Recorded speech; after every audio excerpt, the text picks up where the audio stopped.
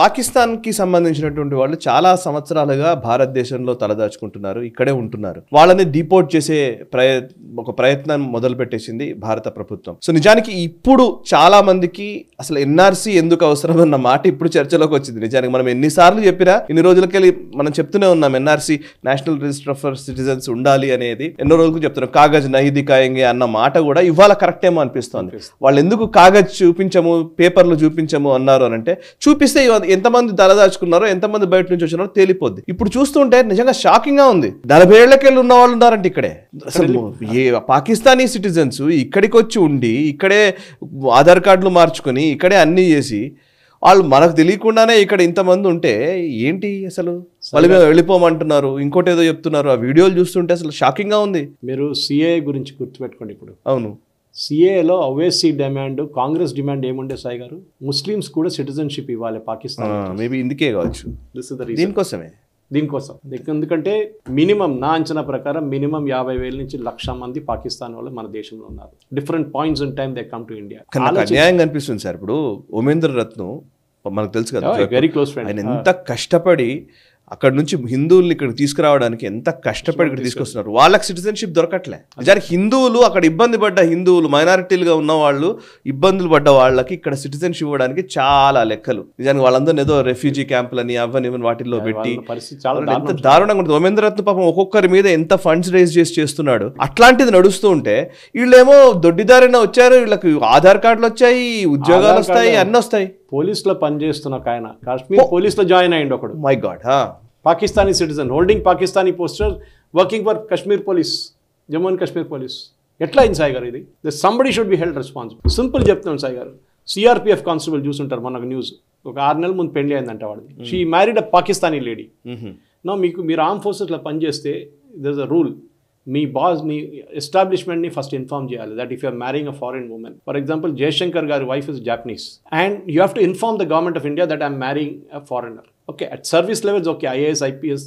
కానీ మన ఆర్మీ నేవీకి వచ్చినప్పుడు ఇట్ ఇస్ నాట్ అలౌడ్ అంటే కూడా you have to inform first. వాళ్ళు ఎస్ అని చెప్తేనే మీరు చేసుకోవచ్చు. ఇక్కడ ఓపెన్గా చేసుకున్నారు. అది కాదు సాయి గారు, మన న్యూస్ ఉంటారు, న్యూస్ నా 4 పిల్లలు అక్కడ ఉన్నారు, 4 పిల్లలు ఇక్కడ ఉన్నారు, వాళ్ళ డాడీ ఎక్కడ ఉన్నారు, నేను ఇక్కడ ఉన్నా. మీరు ఏంటి అసలు మీకు ఇండియన్ పాస్పోర్ట్, పాకిస్తానీ పాస్పోర్ట్ ఏంటి? పిల్లలు అక్కడ వెళ్ళి ప్రెగ్నెంట్ అయ్యి ఇక్కడ వచ్చి పిల్లల్ని డెలివరీ చేస్తున్నారు. ఎందుకు? అక్కడే చేయొచ్చు కదా. కాదు, ఇక్కడ మోదీ గారు బెనిఫిట్స్ ఇస్తారు కదా, అది తీసుకుంటారు. మోదీ గారు బియ్యం ఇస్తారు కదా, అది తీసుకుంటారు. రేషన్ కార్డుల పేరు పెట్టుకుంటారు వాళ్ళది.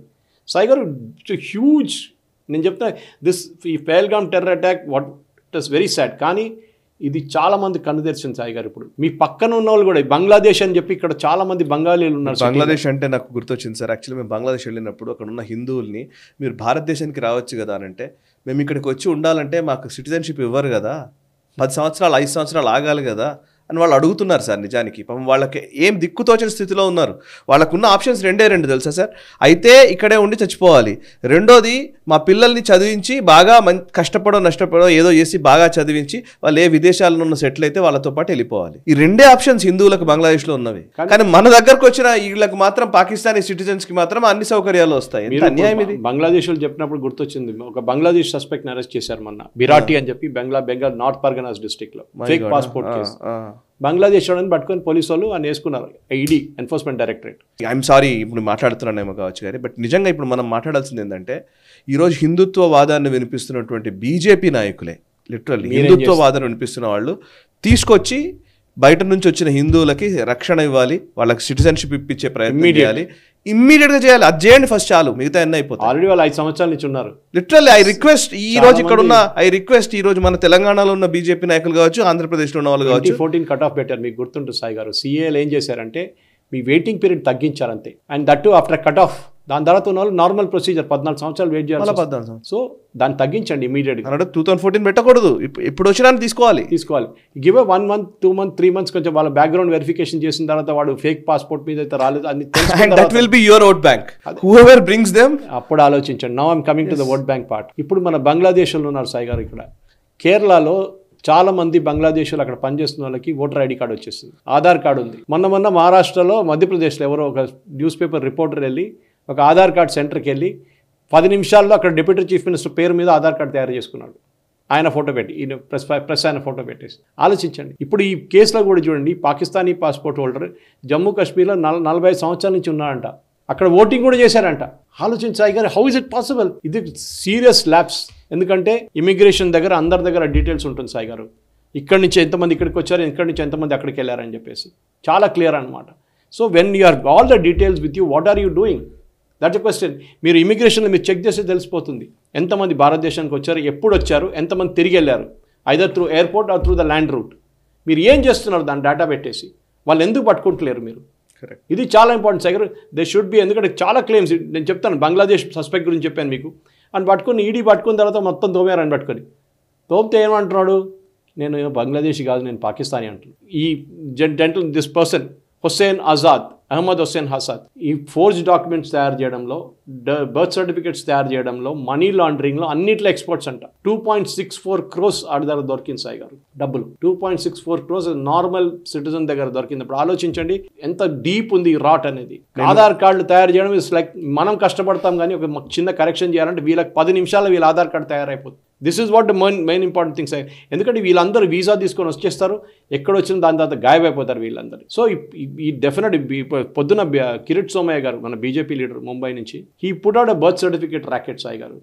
దాంట్లో ఒక అమ్మాయి పాకిస్తాన్ నుంచి వచ్చిన వాళ్ళు ఫేక్ సర్టిఫికేట్ తయారు చేస్తారు ఆమె కోసం, వాళ్ళ ఫాదర్ తయారు చేస్తారు. ఈ హిమ్సెల్ఫ్ ఇస్ పాకిస్తాన్. ఏం చేశాడు, అమ్మాయి పుట్టింది, ఒక బర్త్ సర్టిఫికేట్ తీసుకున్నారు ఎవరి దగ్గర వెళ్ళి, వాడు డేట్లన్నీ చూడలేదు, ఏదో ఒక డేట్ పెట్టుకున్నాడు.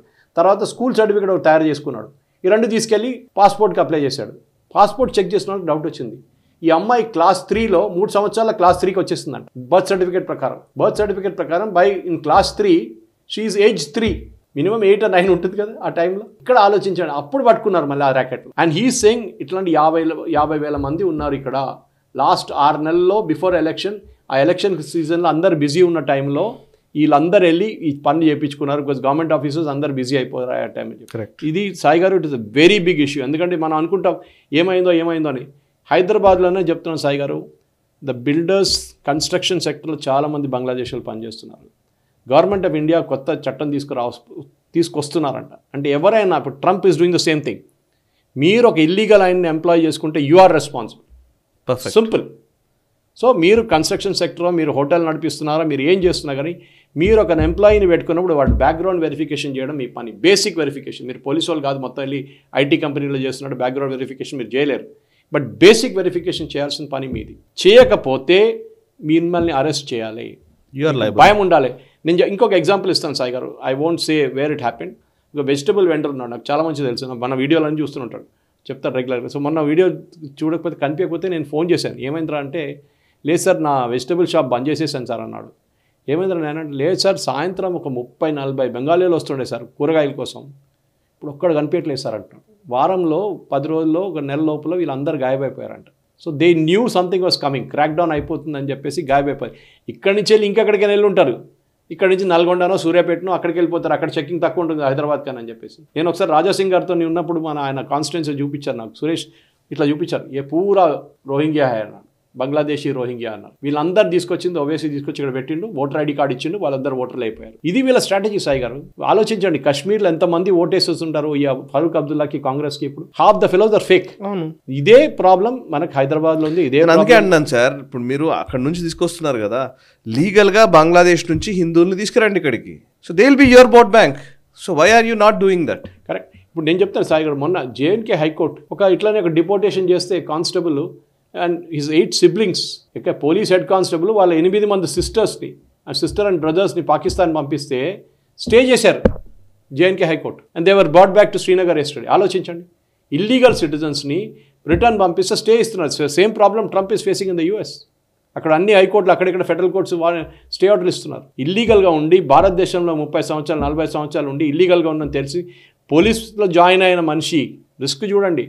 రేపు మోదీ గారు పర్యటన చేస్తున్నాడు కాశ్మీర్లో, ఇదే తుపాకీ పట్టుకొని పక్కన నిలబడి క్రౌడ్లో. అక్కడ ఏం రిస్క్ ఉంటుంది సాయి గారు ఆలోచించండి. వాళ్ళని పంపిస్తే హైకోర్టు స్టే ఆర్డర్ ఇచ్చారు.